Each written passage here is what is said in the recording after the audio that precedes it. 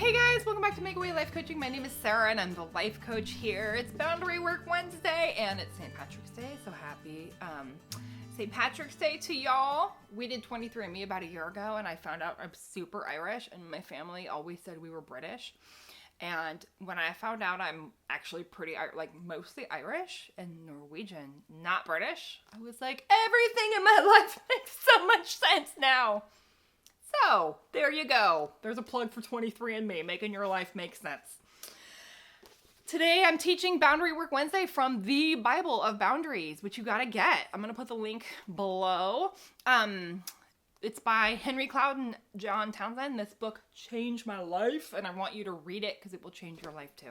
And I'm just going to share a little story from it the next couple weeks to try to help us learn about boundaries together. But make sure you get the book because it's a lot deeper than what I'm offering. Okay. We're introduced in the very beginning to a lady named Sherrie, and I love Sherrie because she's a super nice Christian lady, and she is exactly who I was before I knew about boundaries. She is overwhelmed and overtaxed, and she feels like her life is out of control, and she feels powerless, but she's not powerless. We're going to learn all about it. Okay, I'm not starting at the very beginning. I'm jumping down a little bit. Sherrie's in the shower. Under the shower, Sherrie's mind moved out of first gear. She began mentally ticking off the day's schedule. Todd, who was 9, and Amy, 6, would have been a handful, even if she were not a working mother. Let's see. Fix breakfast, pack lunches, finish sewing Amy's costume for the school play. That will be a trick, finishing sewing the costume before the carpool picks her up at 7:45 a.m. Sherrie thought regretfully about last night. She'd planned to work on Amy's costume, then using her talents to make a special day for her little girl. But her mother had dropped over unexpectedly. Good manners dictated that she play hostess, and another evening was shot. The memories of her attempts to salvage the time weren't pretty. Trying to be diplomatic, Sherrie artfully told her mother, "You can't imagine how much I enjoy your surprise visits, Mom, but I was wondering, would you mind if I sew Amy's costume while we talk?" Sherrie cringed inwardly, correctly anticipating her mother's response. "Sherrie, you know I'd be the last to intrude on your time with your family." Sherrie's mother, who was widowed for 12 years, had elevated her widowhood to the status of martyrdom. "I mean, since your father died, it's been such an empty time. I still miss our family. How could I deprive you of that time for yourself?" "I'll bet I'll find out how," Sherrie thought to herself. "That's why I can understand why you don't bring Walt and the children to see me much anymore. How could I be entertaining? I'm such a lonely old lady who gave her entire life to her children. Who would want to spend any time with me?" Oh my gosh. "No, Mom, no. Sherrie quickly joined the emotional minuet she and her mom had been dancing for decades. Sound familiar to some of you?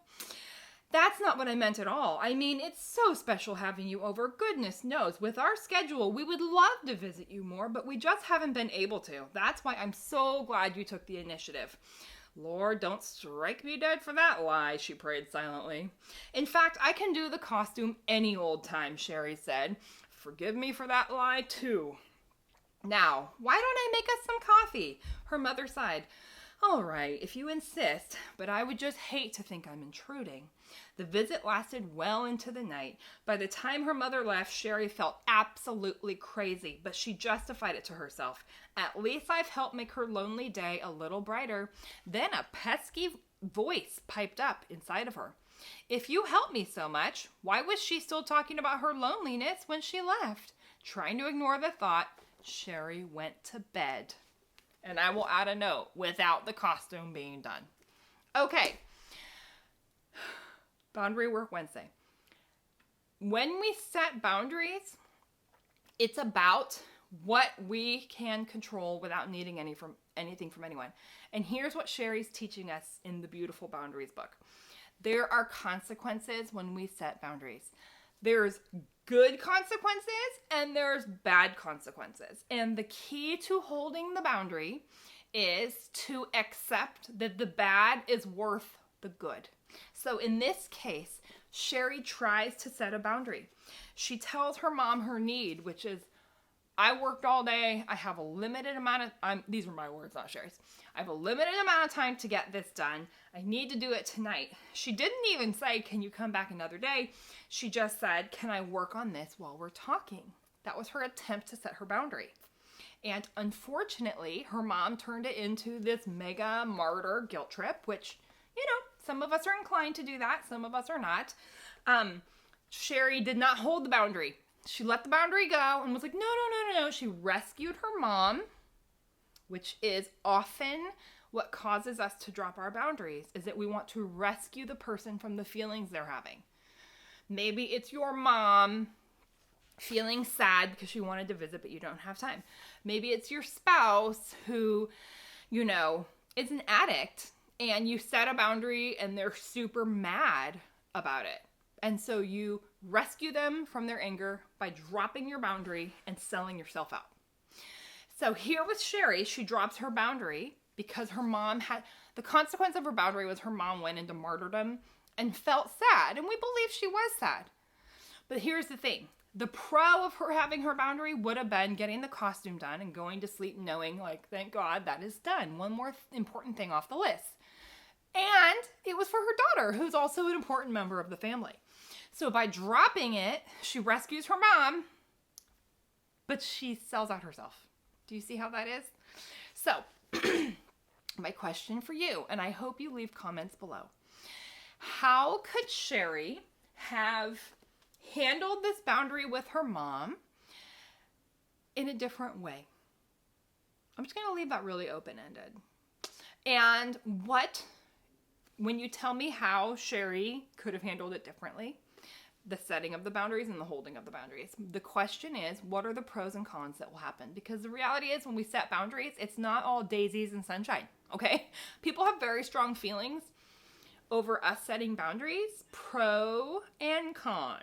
Oftentimes we have the pros and they have the cons. So let's go ahead, and when you tell me how Sherrie could handle things differently with her mom, I want you to tell me maybe what you could perceive as the possible pros and cons.